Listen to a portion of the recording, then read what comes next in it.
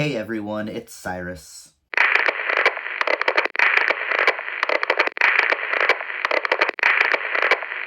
After doing my Flat Earth video, I kind of went into a deep dive on Antarctica, and while I am gonna share some conspiracies towards the end of the video, I just want to talk about Antarctica in general, because there is a lot of stuff going on, and I literally didn't know any of the stuff. Antarctica is at the very bottom of the globe. It's also the least populated continent in the world. People really don't even actually live there. It's the weirdest thing. They transition in and out throughout the years. It's mostly covered by ice. 70% of the freshwater reserves are actually frozen in Antarctica, and if it were to melt, it would literally cause water levels to go up by only 60 meters. And that would be very, very bad. It is very cold there, to the point where I'm talking about in the 100 negative area. The lowest temperature in Celsius is going to be negative 89.2, and in Fahrenheit, it's going to be negative 128.6. And since the continent is so cold, it's going to be really hard to explore.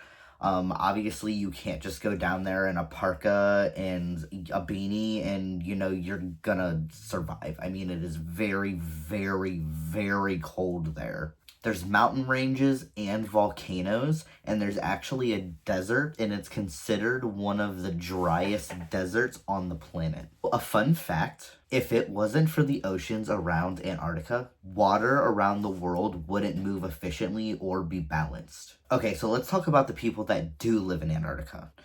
So there's going to be a lot of scientists that live there and research centers and stuff like that, but there's also going to be everyday people that really keep everything else going. So the food and the fuel and the heat and the electricity and everything other people take care of. There's anywhere from 1,000 to about 5,000 scientists that switch out every 6 or so months during the season changes. They work at various research stations, and they come from all over the world.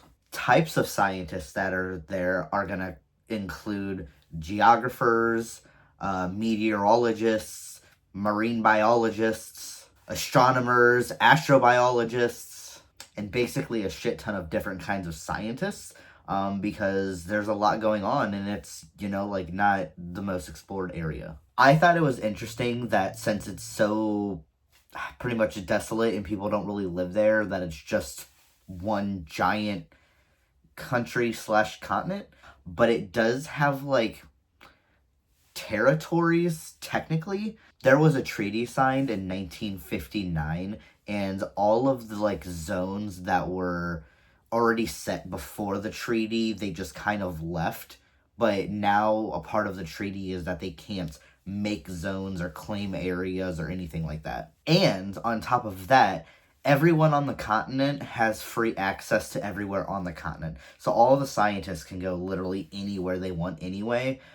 So the established territories don't really matter all that much. 56 different places have signed the treaty. Now, Antarctica, unlike a lot of other places on the planet, only has 2 seasons. It has winter and it has summer. There's going to be 6 months of a dark winter, and there's going to be 6 months of a light summer. But it's always below freezing. There's no trees, there's no bushes, just a giant desert.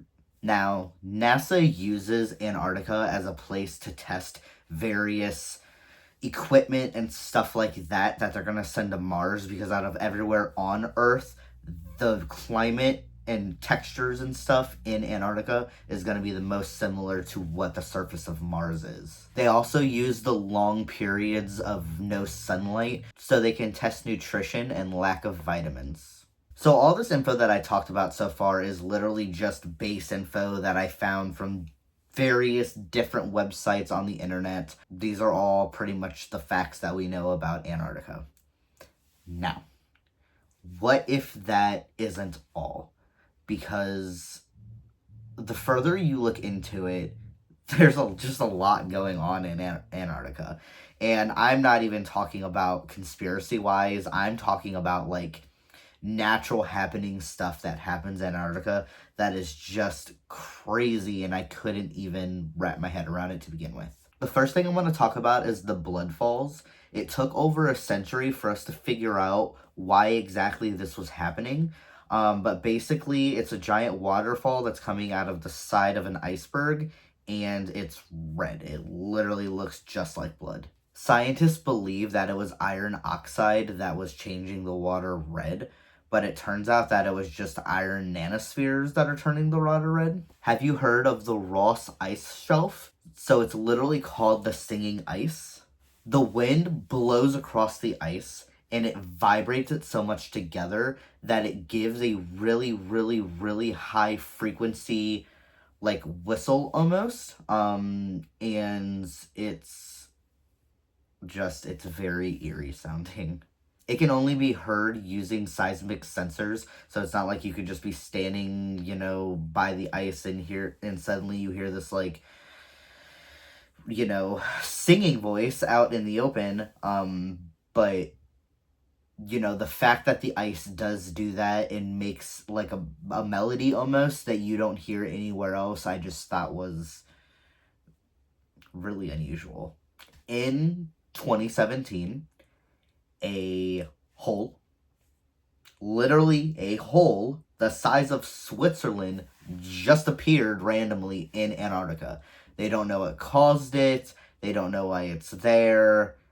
But it's a big, big, big, big hole. Some people found some skeletal remains that was found south of one of the islands, and there were elongated skulls. The skulls themselves belong to women, and no one is really sure why there would be women there at the time that the bones were dated, because the only people that would really be there at that time would be sealers, and there were not women sealers. Like, that was a bro job back in the day, So it doesn't really make sense to anyone why they would be there. There are several staircases that just pop up in Antarctica. There's several Google images of a couple of different staircases that I saw. It was on Google Maps, and then it wasn't on Google Maps, and then it was back on Google Maps, and then it was like censored on Google Maps, and now it's back on Google Maps, and it kind of goes back and forth. But long story short, they show these staircases that just kind of come out of nowhere and kind of lead towards nowhere. There's one that does lead towards a cave, but no one really knows. So, is it aliens? Is it Nazis? Who knows? But we're gonna get to that. Speaking of Nazis, in 1939, Germany sent an expedition to Antarctica and claimed it for the Nazis. Now, obviously, a lot of people believe that it didn't just stop there. They believe that at this point, Nazis have landed there, they have claimed the area, they are building bases, they're building weapons, they're making, caverns underneath the ice to live in, to hide from people, and doing whatever it is that Nazis do on their secret bases. After Germany surrendered, a couple of U-boats came to Argentina, and some people believe that when the boats were on their way from Germany to Argentina, they kind of made a little detour to Antarctica and dropped off, Hitler and some of the top guys, and that's where he's been living, somewhere in Antarctica, and that's why, people really can't go there and just explore. It's safe to say that if Nazis were on Antarctica, they'd probably be using the cave systems to be underground, which makes sense to me. Okay, so we're going to talk about this entrance for a second, because when I saw this, I literally thought it was crazy. The stairs are made from stones. So they look a little man-made or intelligent being made. From the photo, it also looks like there's human footsteps. Maybe Nazi entrance. Maybe some sort of people live there. Or maybe it is an entrance to the hollow earth. Alright, and last I'm going to talk about my favorite theory. Aliens! Because of the ice and the heat from the volcano, all of these cave systems underground, well, under the ice anyway, in Antarctica are like a weird temperature. So realistically, because you're shielded from outside elements, you could very well live in these caves. They're all over, and there's definitely openings like the giant hole the size of Switzerland's, or, you know, the secret Nazi cave that we were just talking about. I mean, it's a big place. There are impact craters all over Antarctica. So it could easily have been spaceships or UFOs coming. I mean, there's meteors literally everywhere. In the middle of Wilkesland, there is a giant crater that is the size of Ohio. And there is a gravity anomaly. The only ever recorded gravity anomaly, I must say. And what that means is that there is math to figure out what kind of gravity is gravitying, and the gravitying math isn't gravitying. Theorists believe this is where a UFO landed, an underground city, or a different entrance to Hollow Earth. There's definitely a lot of interesting things going on in Antarctica. Like I said, I did not know about, like, the blood falls. I did not know about the singing ice. I did not know that there was giant impact craters and, I mean, meteors and skulls, and there's just a lot going on. So I highly recommend going on to, like, the National Geographic website and reading about Antarctica, or watching a documentary on Discovery, or whatever, #nonspawn. Anyway, if you watched all of this, thank you for staying with me. If you have any questions, concerns, drop a comment. If you like the video, give it a like. If you want to see more, then go ahead and subscribe to me, or at least remember my name so you can come back later. Thank you. I appreciate you, and I will see you next time.